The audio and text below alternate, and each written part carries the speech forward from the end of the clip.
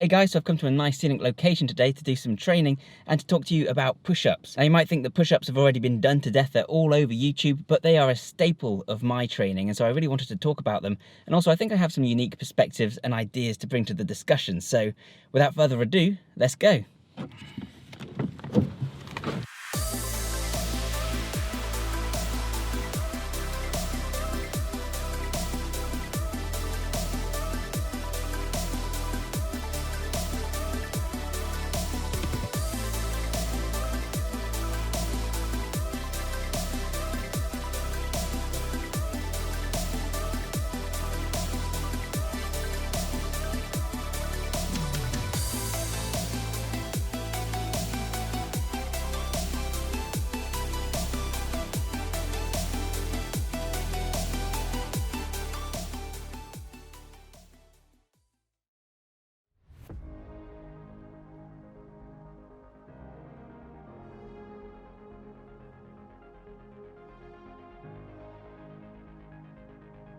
Randomly, one of the questions I get most often on this channel is, should I do 100 push-ups a day? Or what would happen if I did 200 push-ups a day? Or should I do thousands of squats a day?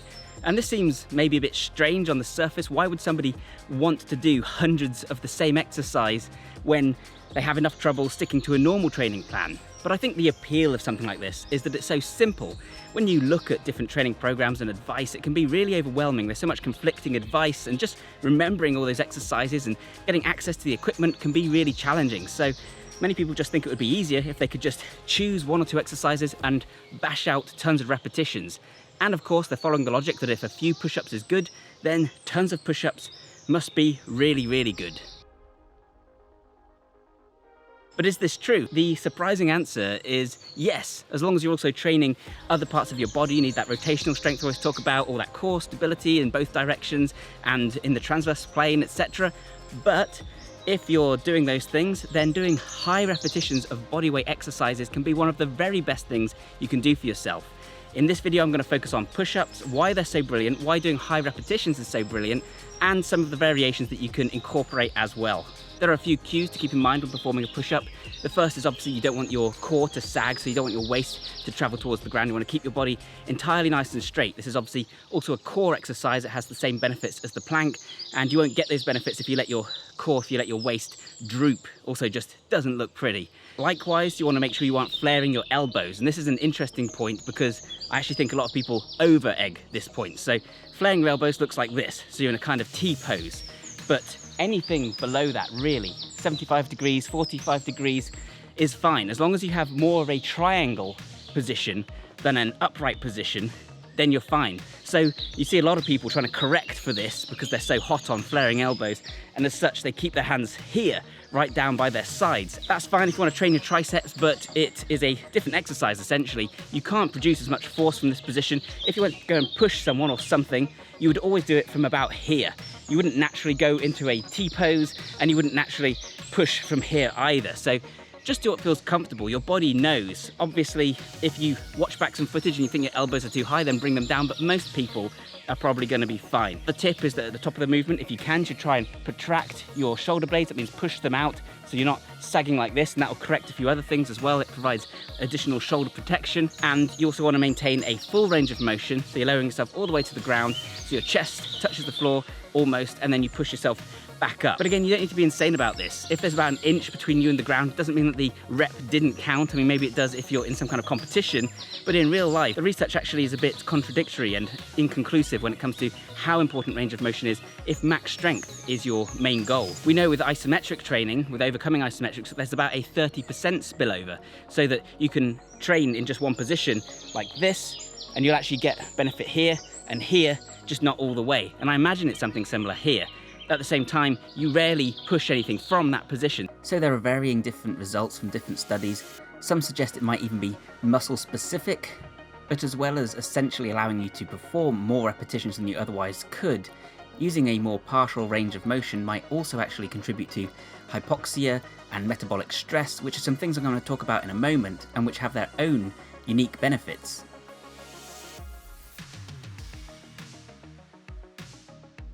You always hear all this about slow and controlled movement. You don't always want to move slowly, and so you shouldn't always train slowly. Just as there's benefit to high bar speed when bench pressing, you can also develop your rate of force production doing a push-up. So sometimes blasting out fast repetitions can actually be a really useful thing. And a way to think about this is that it's essentially becoming a more plyometric exercise. It's like an explosive clapping push-up, except you're not actually leaving the ground, but you're getting that same stretch shortening cycle to a degree, but you're using it more in an endurance, a strength endurance fashion. So to be clear, I'm not saying you should never perform a slow, controlled repetition of a push-up. In fact, that's a very important thing. You should absolutely be doing it. But at the same time, don't rule out sometimes doing faster, slightly more bouncy push-ups for higher rep ranges, because these have their own benefits as well. What are the benefits of doing lots and lots of them? Well, like I say, there's actually quite a lot. When you perform lots and lots of repetitions of a closed chain movement like this, what you're basically doing is you're maintaining a constant tension in those muscles, a continuous time under tension.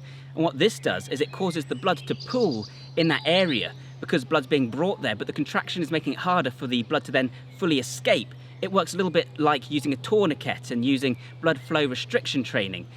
And what this does is it leads to the buildup of metabolites. Metabolites include things like growth hormones that then trigger hypertrophy. So surprisingly, doing very high repetitions of just your own body weight can be a good way, an effective way to build big muscle. And actually, I attribute my own pecs, which are by far my strongest suit in terms of aesthetics, to doing loads and loads of push-ups, because that's how I started training. And one way the body responds to this kind of training is by increasing blood flow permanently to the area through vascularization. It builds up blood vessels, capillaries that supply the muscles with more blood and more energy, allowing you to perform sets for longer. This is the SAID principle, specific adaptation to imposed demands.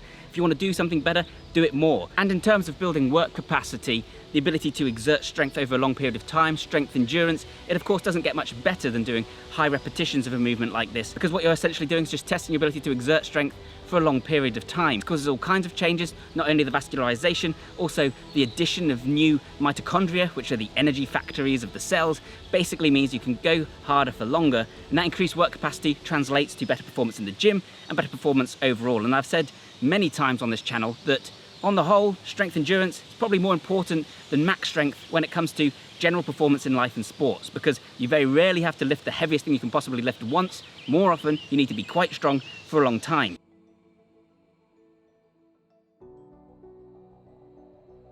And not only does this supply the muscles with more energy, thus allowing you to go for longer, it also encourages the clearing of waste. So all these things make you better at performing and lead to you looking bigger.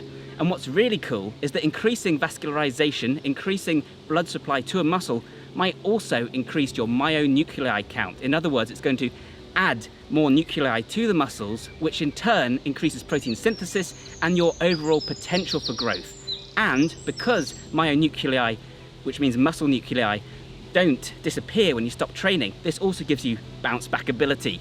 Basically, it means that you can stop training, and whilst you might lose muscle, you'll be able to put it on much easier in future because you have those additional myonuclei which stick around and then allow you to build more muscle. Some of this is a little bit hypothetical, but I say it completely gels with my own experience from me and from people that I've trained, and it makes a lot of sense when you kind of look between the lines at some of the research. At the same time, it might even be a useful way to increase max strength, not only because increasing work capacity in this way allows you to train for longer and harder, but also because as you fatigue muscle fibers, the slow twitch muscle fibers, it's highly likely that the body is then going to switch to the faster twitch muscle fibers. Your body only uses the most energy efficient muscle fibers necessary for the job. In the case of push-ups, because you're only using about 70% of your body weight, that's going to be the type 1 slow twitch muscle fiber, which doesn't equate to explosive power. When these fatigue, when they run out of juice, all your body now has left is the type 2 muscle fiber, the explosive fast twitch muscle fiber. Of course, it's not just going to stop you doing the exercise if you still have more in the tank, so it's going to switch to those. And in theory, training with 100 repetitions of your 100 rep max could eventually feel a bit like training with 1 repetition of your 1 rep max. Not the exact same, but there are definitely parallels, so you can build some strength. And again, this rings true for me and for others. I know that Alpha Destiny talks about this, who is capable of incredible feats. If you don't have access to a bench press, then performing high repetitions of push-ups and exercises like that can help you to maintain some strength, possibly even gain some strength. And if you look at prison workouts and military workouts, we see this repeated over and over. People like the Great Gamma, for instance, as well. Something else to remember as well is that even max strength isn't just about physical changes in the muscle. It's also about building neural pathways and improving your muscle fiber recruitment. And so by performing lots and lots of repetitions, you're practicing strength as a skill, as Pavel Tsatsouline would say. So what do you do if you can't do a push-up yet? You shouldn't feel bad about that. A lot of people can't perform a push-up, but that means you're the exact kind of person who could really benefit from doing them, ironically, because this is how you'll build that core strength, that power in the chest that can then allow you to do all kinds of other movements, not to mention keeping you guarded and stronger in your everyday life. So the easier variations are, of course, to perform push-ups on your knees or to put your hands up on something slightly higher. If you can only do a few push-ups, should you just practice 5 and call it a day and that's your push-up workout done? Instead, consider using mechanical drop sets.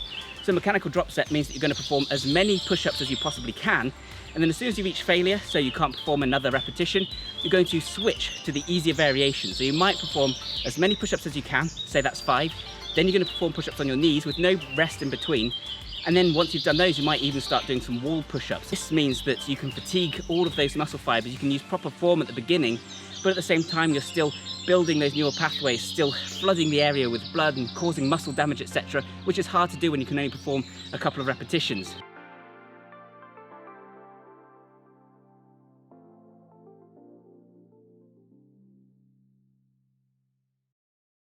I'm going to go somewhere now where the floor isn't covered in sharp pieces of wood. Why did I choose this as the spot to film about plyometric push-ups? I don't know, but it toughens up the hands. For those of you who are looking for some variations that are perhaps a little bit more difficult, I'll run through a bunch here. So often this is going to involve changing the lever arm or moving just onto one hand. One of the most obvious ways to perform a more difficult push-up is to do a one-handed push-up, like so. This is awesome not only because you now have to basically lift twice the amount of weight because you've only got one arm, but also because you now have to resist rotation. Because you're missing one of your supports, your body wants to twist towards the ground and you have to brace the core on the transverse plane to prevent that from happening. Another one that's really good is the archer push-up, where you move from one arm to another whilst keeping your other hand on the ground. This adds a nice stretch onto the pecs, which may even encourage muscle damage in the positive sense and therefore hypertrophy. And again, it's a great way to build up towards the one-armed push-up. I like to sometimes just stay on one side over one half of my body and support myself gently with the other hand. And you can call this an assisted one-armed push-up, or you could call it a rocking push-up. I sometimes use that. And that basically looks like this. If you want to get a really good pump going in the pecs, then performing these assisted one-arm push-ups is a really great way to do that. Especially because you can provide more and more resistance with that arm as you start to fatigue on that side, thereby turning this into a more conventional drop set. And yeah, this is what I'm talking about. So you might perform as many one-armed push-ups as you can. Once you reach failure, switch to an assisted one-armed push-up. Help yourself less and less. Do the same on the other side, then immediately switch to regular push-ups. Now I've got grass going in my face. And this is going to give you a huge pump and build tons of strength endurance, and it just adds variety to your training as well. And something else you can do is actually just vary the cadence and the tempo within a single set. So you might perform a few really slow controlled push-ups and then switch immediately to fast and explosive push-ups, and thereby you're essentially targeting both types of twitch muscle fiber and at the same time just extending that set even longer. This builds a massive pump, and it'll build both that kind of slow controlled strength finesse and that explosive and high repetition strength endurance. At the other end of the spectrum, in fact, if you want to go really slow and controlled, you can try performing what's called a quasi-isometric push-up. Here you're going to perform the movement as slowly as you possibly can, so it might take you a whole minute or perhaps even longer, or maybe just 30 seconds to begin with. What you're doing here is you're exerting just the necessary strength to hold yourself at that particular position. You're making sure that there's no momentum to help you through the range of motion, there's no strength curve, you're just controlling every single bit of that movement. And you can perform this in a passive manner, which means that you relax any muscles that aren't directly involved, or you can do it in a more active manner where you're tensing the whole body throughout the movement. Either way, the passive option can help to build more efficiency, whereas the active version is a more intense workout, and you're plugging those kinetic leaks. And of course we can't talk about more explosive push-ups without discussing, well, explosive push-ups, clapping push-ups, and what have you. These are essentially a plyometric form of push-up where you're launching yourself up in the air, and you can do all sorts of things around the world where you spin around then land back on your hands, or clap behind your back, or clap 3 times, or throw your arms and legs up in the air, get your whole body off the ground. Keep in mind though that none of this is necessary. That's going to create a lot of impact on your wrists, and it can actually take the focus away from the movement itself. All you really need to be doing, and this tip I think came from Vava Fitness, is just pushing yourself off the ground. And if you make it so that each rep is a launch, so that you're not pausing and bobbing in between, but just launching straight back up, then you're turning it into a form of shock training. It basically means you're using the myostatic stretch response to immediately return that energy, and this can build a lot of explosiveness. That said, clapping your hands and spinning around, things like that, can be a lot of fun, and it's a great way to test yourself and check your progress. Of course, there's many more push-up variations. There's things like the pseudo planche push-up, which is great for building straight arm strength and more core control, and obviously a great progression for planche itself. There's pike push-ups, which are a more vertical version, and these are all great, but these are different exercises essentially that target different muscle groups, and perhaps I'll do a list of push-up variations in future, but for now I wanted to talk more about how to integrate those variations and why you should, rather than the variations yourself. So yeah, using these mechanical drop sets is not only a great way to train everything to go past fatigue and to test yourself whatever level you're at, but it's also a fantastic way to get variety in your training and to mix it up so you're getting more benefits. So yeah, just vary it up and mix it up. Mechanical drop sets is one way of doing it, or you can just do what I really like to do as well, which is just to completely mix up the order and turn it into a kind of improv, which is fun. It keeps you actively focused on the workout, and it can offer tons of benefits. So I hope you found this video useful and interesting, guys. If you did, then please leave a like and share it around. That would help me out immensely. I greatly appreciate it. Likewise, comment down below and let me know your favorite push-up variation. That'd be really cool, actually. I'd love to hear some of yours. I get so many ideas for videos from your comments, and so I massively appreciate that too. I love talking with you guys. Subscribe if you want more like this. Hit the bell button if you want notifications every time I upload a new video. If you want an introduction to functional training and how to train so that it improves your sports and your life, then check out my book, Functional Training and Beyond, available from Amazon and from bookstores. There'll be a link in the description. If you want an ebook and training program, then check out Super Functional Training. That's a book that discusses how to train your body and your mind and your mobility all at the same time, and has a program at the end as well as some freebies. That's on discount right now during the pandemic, so check out the link in the description below for that one too. Either way, thank you so much for watching this one, guys, and I'll see you next time. Bye for now.